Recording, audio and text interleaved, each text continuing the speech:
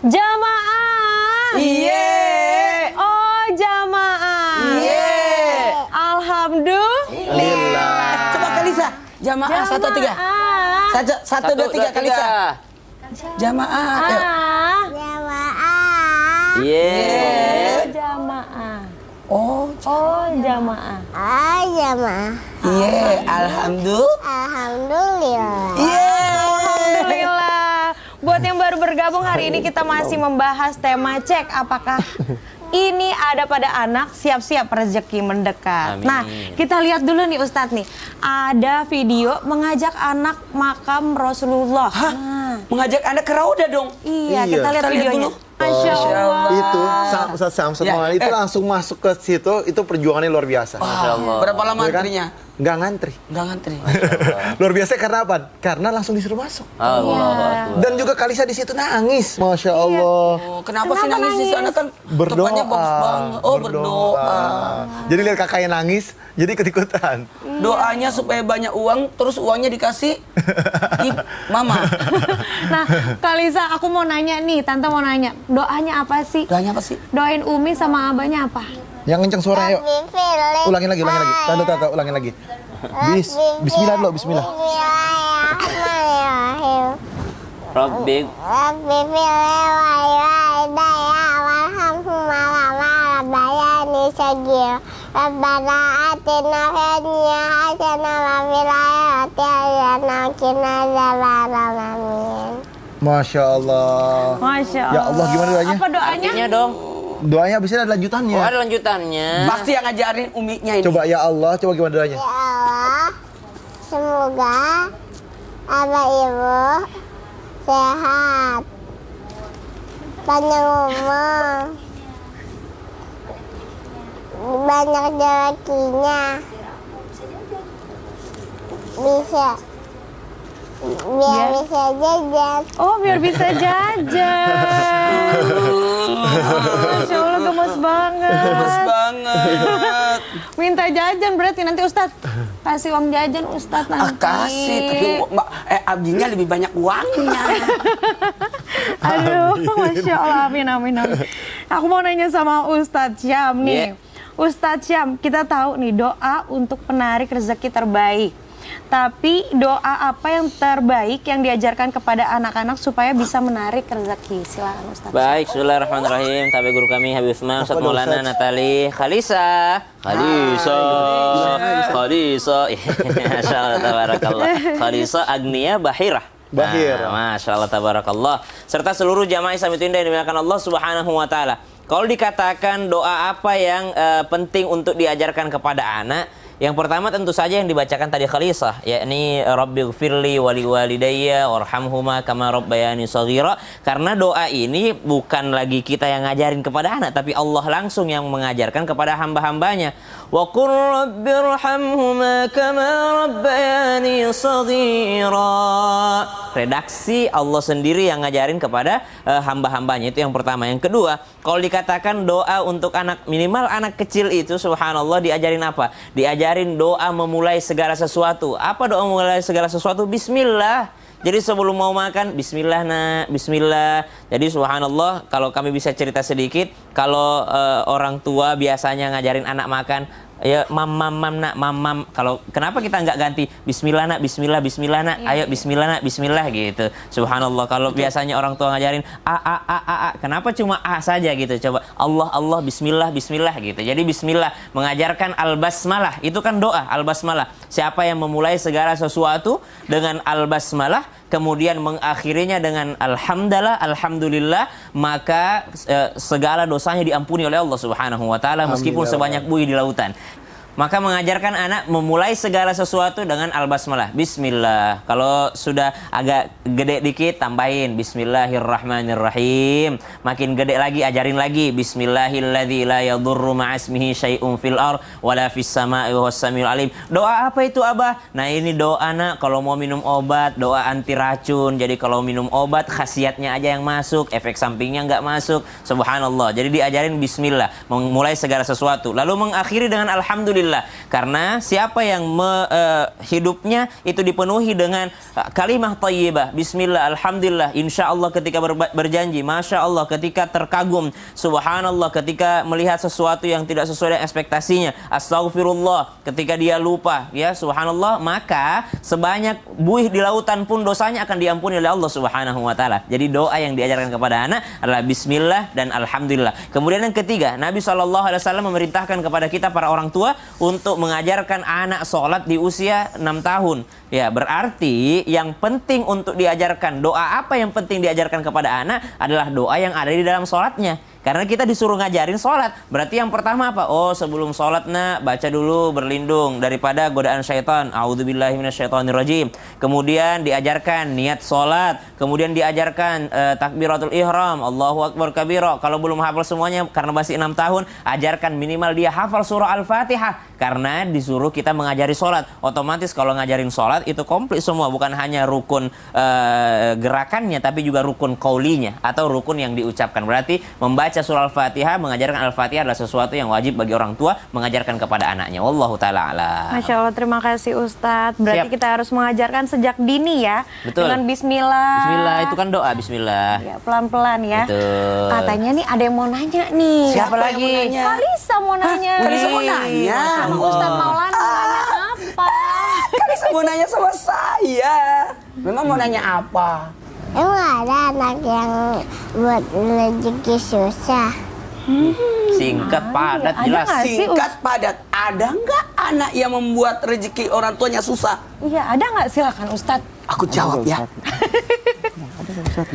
Kalau gak Ustadz? Ada nggak? Jawabannya ada. Tunggu sebentar, Ustadz mau. Izin Iya. kali. Izin Apa tuh, Habib Ustaz? Usman bin Yahya. Ustaz Sans Al-Marusi. Tunggu. Tadi kenapa salah nama? Nggak tahu. Karena ini nih Bambang nih. Kalisa nih. Jadi gini, berbicara tentang ada nggak anak yang membuat rezeki orang tuanya seret? Di antaranya adalah anak yang membuat orang tuanya susah. Siapa lagi? Ketika anak itu membuat orang tuanya putus silaturahmi disebabkan oleh karena dia. Karena ada memang anak ntar berantem lagi sampai orang tuanya ikut dalam permusuhan anaknya lah. Apalagi anak berkata, jangan ke sana. Aku ngambek kalau datang ke rumah keluarga sana. Tahu nggak? Itu sama dengan memutuskan silaturahmi. Ketahuilah anak itu suci. Kembali lagi kepada orang tua. Bagaimana orang tua mendidik anak, mengajak anaknya ibadah sampai ke raudah, mahal ya. Pengeluaran lagi tuh. Mahal ya. Iya, minimal bawa anak ke masjid atau sholat bareng sama anak. Karena anak dalam Al-Quran itu ujian. Tapi bisa jadi perhiasan. Tapi bisa jadi penyejuk hati orang tua. Ingat, penyejuk mata hatinya orang tua. Yang membuat orang tuanya bangga. Anak perempuan itu kesayangan. Anak laki-laki itu kebanggaan. Maka yang mohon maaf, jangan sampai anak menjadi yang keempat. Ujian, ya. Pada umumnya jadi ujian karena amanah. Kemudian jadi perhiasan, kebanggaan. Orang tua bangga dengan anaknya. Tapi bisa jadi penyejuk mata hati orang tua. Tapi jangan sampai menjadi yang keempat. Nauzubillah summa nauzubillah. Menjadi anak yang menjadi musuh bagi orang tua. Maka anak-anak yang menjadi musuh bagi orang tuanya inilah yang menyebabkan orang tuanya susah rezekinya. Kenapa? Susah tidur orang tua disebabkan kelakuan anaknya. Itu karena rezeki sekali lagi tidak melulu materi. Orang tua tidak berharap dibalas sama anak. Enggak. Tapi dengan anak itu membahagiakan orang tua, membuat orang tuanya senang, bahagia, itu termasuk rezeki. Jadi ketika anak itu membuat orang tuanya susah, jadi susah tidur, karena kepikiran. Mohon izin kepada anak-anakku, ayo bahagiakan orang tua. Kalau memang tidak bisa membahagiakan orang tua, minimal tidak menyulitkan orang tua. Camkan ini. Aduh. Camkan ini. Ya Allah, pura-pura nggak dengar lagi. Masa dia pura-pura bobo, Ustaz? Tadi aku camkan ini, pura-pura bobo dia. Camkan ini. Dia dengerin Ustadz, dia dengerin. Dia langsung dengerin. Iya. Berarti rezeki itu nggak juga materi ya? Tidak melulu materi. Hal ya? Banyak hal ya berarti Banyak hal. Nggak cuma uang. Orang lelah, capek, tapi pulang ketemu anak itu, indahnya. Ada curang teman saya itu namanya Mia. Itu capek banget di kantor, tapi ketemu anak makin capek sih. Oh iya sih. Terus gimana dong? Oke, sekarang kita sudah berada di segmen Tanya Dong Ustadz. Kami semua. Tanya dong, Ustaz. Ini ada namanya dirahasiain nih Kalisa nih. Siapa namanya? Dari hamba Allah katanya. Assalamualaikum warahmatullahi wabarakatuh. Waalaikumsalam warahmatullahi wabarakatuh. Bapak Ustadz, saya mau tanya. Sedari anak saya SMP kelas 7 sampai sudah tidak dinafkahi lagi oleh ayahnya. Sampai sekarang anak saya sudah 18 tahun, kami sudah bercerai dan tiap ada kesempatan saya minta tanggung jawab ke anak. Dia selalu menyalahkan saya, seolah-olah dia dendam karena saya meninggalkannya. Makanya dia tidak mau menafkahi anaknya. Silakan Ustadz Syam. Satu, yang berdosa adalah ayahnya, karena ayah wajib menafkahi anaknya, Jadi meskipun dia berpisah dengan istrinya, tetap dia punya kewajiban untuk menafkahi anaknya. Dan yang namanya kewajiban, yang ngawasin itu Allah, bukan yang ngawasin pemerintah, bukan yang ngawasin pengadilan, bukan yang ngawasin adalah mantan istrinya. Jadi nggak perlu diingetin sama mantan istrinya, karena yang ngingetin adalah Allah langsung. Allah lah yang mengawasinya. Jadi kalau dia tidak bertanggung jawab terhadap anaknya, berarti dia dosa terhadap anak tersebut, zalim. Kemudian dia berdosa kepada Allah karena tidak menjalankan kewajiban dari Allah Subhanahu wa taala. Itu yang pertama. Yang kedua, kalau dikatakan apakah saya berdosa karena disebabkan gara-gara mantan suami saya sakit hati akhirnya dia tidak mau menafkahi anaknya, tentu saja kalau sudah ada itikat baik gitu ya, sudah mengingatkan, kemudian menyampaikan bahwa engkau wajib loh menafkahi anakmu ya, kalau sudah mengingatkan insya Allah sudah terlepas daripada kewajibannya sebagai sesama muslim untuk mengingatkan.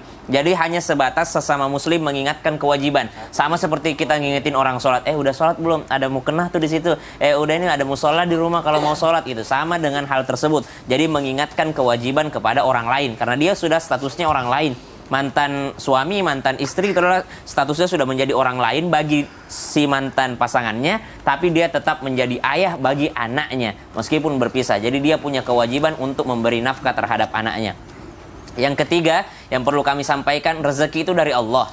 Rezeki itu dari Allah Subhanahu wa taala. Jadi jangan merasa berjasa sebagai orang tua dan jangan putus asa sebagai anak kalau misalnya nggak dinafkahi sama orang tua. Karena tetap rezeki itu dari Allah. Banyak kok kita dapati anak-anak broken home tiba-tiba menjadi orang yang sangat sukses padahal dari kecil tidak pernah mendapat nafkah dari orang tuanya. Jadi tetap semangat bagi teman-teman yang mungkin merasakan broken home sejak kecil. Wallahu taala alam. Terima kasih Ustadz Syam. Berarti tetap semangat ya. Di luar sana walaupun tidak dinafkahi juga kita bisa sendiri gitu ya Ustadz ya? Betul, rezeki dari Allah.